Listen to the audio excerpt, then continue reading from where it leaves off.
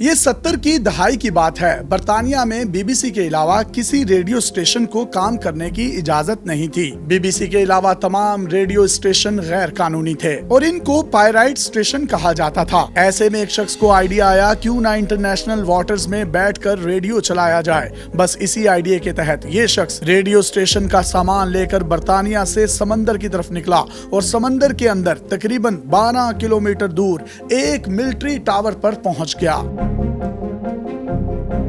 یہ ٹاور دوسری جنگ عظیم میں برطانوی فوج نے بنائے تھے تاکہ جرمن جہازوں پر نظر رکھی جا سکے۔ 50 کی دہائی میں ان کو چھوڑ دیا گیا تھا اور اب یہ ٹاور آفیشل طور پر خالی پڑا تھا۔ یہ شخص ریڈیو کے سامان کے ساتھ وہاں پہنچا اور کام شروع کرنے لگا۔ یہاں اسے خیال آیا کہ اسٹیشن بنانے کی بجائے اس جگہ کو ایک ملک ڈکلیئر کر دیا جائے۔ پھر اس نے ایسا ہی کیا اور یوں دنیا کا سب سے چھوٹا ملک مارز وجود میں آیا۔ اس کا نام پرنسپلٹی آف سی لینڈ رکھا گیا۔ یہ اتنا چھوٹا ہے کہ یہاں صرف ایک سیکیورٹی گارڈ رہتا ہے۔ اس کو آج تک کسی ملک نے تسلیم نہیں کیا، لیکن اس کے باوجود اس کا اپنا جھنڈا، اپنا قومی ترانہ، اپنی کرنسی اور اپنا پاسپورٹ ہے۔ سی لینڈ ملک کی بنیاد برطانیہ کے شہری پیڈی رائے بیٹس نے رکھی تھی۔ 1967 میں پیڈی بیٹس نے اس جگہ پر اپنا قبضہ جما لیا۔ اس کے بعد اس نے یہاں سے ریڈیو اسٹیشن بنانے کی بجائے اس کو ایک ملک ڈکلیئر کر دیا۔ ایک طرح سے یہ اس ملک کی آزادی کی جنگ تھی۔ اس کے بعد بھی اس ملک نے 2 جنگیں لڑی۔ ایک بار اس ملک نے حملہ کیا جبکہ دوسری بار اپنے ملک کا کامیابی کے ساتھ دفاع کیا۔ 1967 میں برطانیہ کے سرکاری اہلکار سی لینڈ کے علاقائی پانی میں نیویگیشن کے کام کے لیے آئے تو روئے بیٹس کے بیٹے مائیکل نے ان پر فائرنگ کر دی۔ یہ وارننگ شاٹس تھے جن میں برطانوی کارکنوں کو سی لینڈ کی حدود سے باہر رہنے کو کہا گیا۔ یہ اس ملک کی دوسری جنگ تھی جو اپنی علاقائی خود مختاری کو منوانے کے لیے کی گئی تھی۔ بعد میں سی لینڈ کے بانی پر برطانیہ میں مقدمہ چلایا گیا، لیکن عدالت نے قرار دیا کہ فائرنگ کا واقعہ برطانیہ کی حدود سے باہر پیش آیا ہے، لہٰذا مقدمہ نہیں چل سکتا۔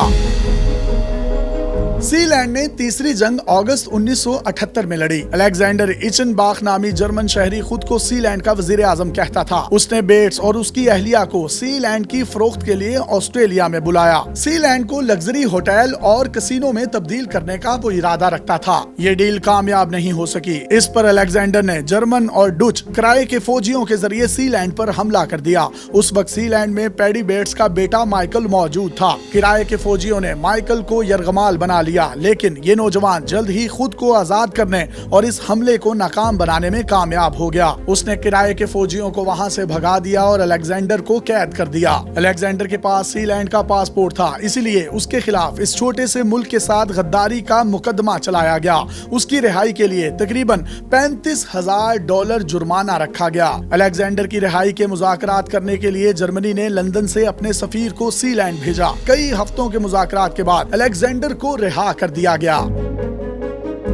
اس ملک کو ایک بار بڑے بھاری پیسوں کے عوض بیچنے کی پیشکش بھی کی جا چکی ہے، لیکن اس کے بانی ایسا کرنے کے لیے تیار نہیں ہے۔ ایک بار تو اسے پائرائٹ بے نے خریدنے کی کوشش بھی کی تھی، لیکن وہ اس میں کامیاب نہیں ہو سکے۔ اس کے بعد ایک ہسپانوی ریئل اسٹیٹ کمپنی نے بھی سی لینڈ کو خریدنے کی کوشش کی۔ اس کے لیے انہوں نے $906 ملین کی بھاری رقم کی پیشکش کی، لیکن پھر بھی سی لینڈ کو فروخت نہیں کیا گیا۔